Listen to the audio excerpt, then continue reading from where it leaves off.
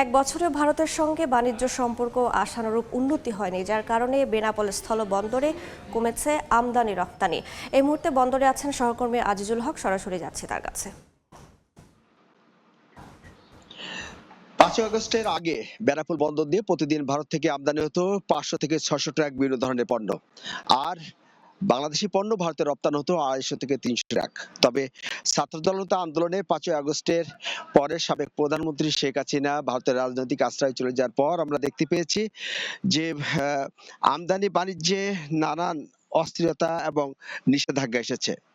বর্তমানে ভারত সরকারের নিষেধাজ্ঞার কারণে বেনাপোল বন্দর দিয়ে পাটজাত পণ্য, তৈরি পোশাক, গার্মেন্টস এবং বিভিন্ন ধরনের যে গুরুত্বপূর্ণ পণ্য, সে পণ্যর কিন্তু ভারতের রপ্তানি বন্ধ রয়েছে।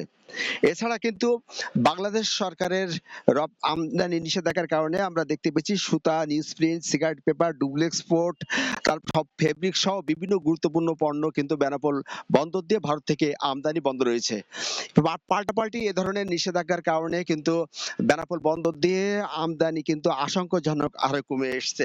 বন্দরের তথ্য মতে গতকালকে বেনাপোল বন্দর দিয়ে ভারত থেকে আমদানি হয়েছে মাত্র ২৪০ ট্রাক বিভিন্ন ধরনের পণ্য এবং বাংলাদেশি পণ্য ভারতে রপ্তানি হয়েছে মাত্র ১২৩ ট্রাক।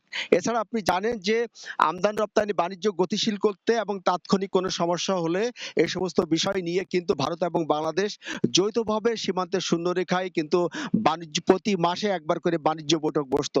৫ই আগস্টের পর ভারত বাংলাদেশ এই সম্পর্কের অবনতির কারণে কিন্তু সেই বাণিজ্য বৈঠকও কিন্তু বন্ধ আছে। ফলে আমদানি এবং রপ্তানি বাণিজ্যে যে চলমান নানান সমস্যা, সেই সমস্যা সমাধানে কিন্তু নানাভাবে হয়রানির শিকার হতে হচ্ছে ব্যবসায়ীরা।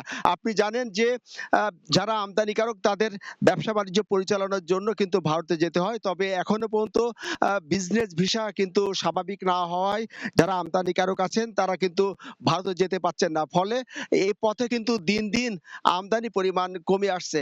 ব্যবসায়ীরা বলছেন দ্রুত এই অবস্থার উন্নতি না হলে সামনে বছর কিন্তু আমদানি এবং রপ্তানি বাণিজ্যে কিন্তু বড় ধরনের বাণিজ্য ঘাটতি তৈরি হতে পারে।